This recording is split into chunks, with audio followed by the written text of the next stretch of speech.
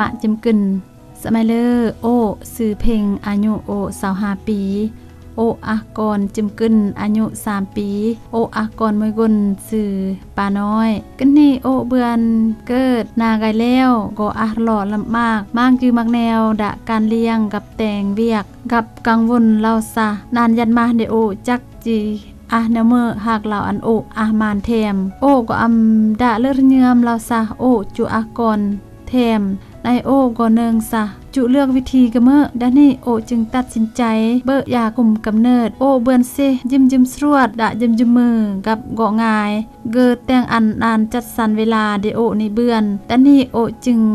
ต่างเมื่อกับสามารถวางแผนยกนายดะยิ้มมือเบือนด้านนี้มือวันอังคารก็มือ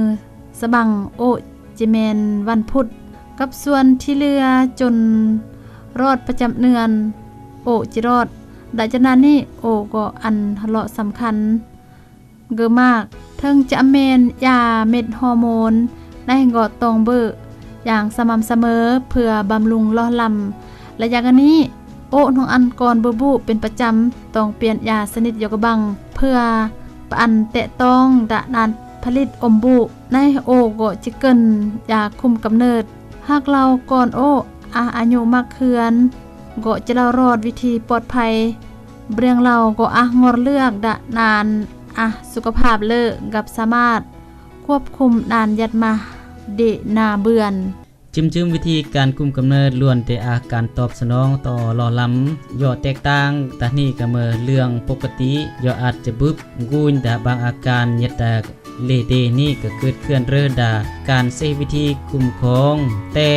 ย่อสำคัญที่สุดก็เหมือนรักษาสุขภาพเลเดอันกลางแรงวิธีการคุมกำเนิดมากเพียงแต่บ่เลือกใช้วิธีย่อเหมาะสมกับหล่อเดกับสุขภาพย่อบ่ที่เลิศที่สุดสำหรับข้อมูลเพิ่มเติมเกี่ยวกับวิธีการคุมกำเนิดคนย่อเลียดเลเยร์นี้บ่ก็อันคำปรึกษาสามารถกดติดตามรับข้อมูลเย็ดดาลองกันรูปนี้เลย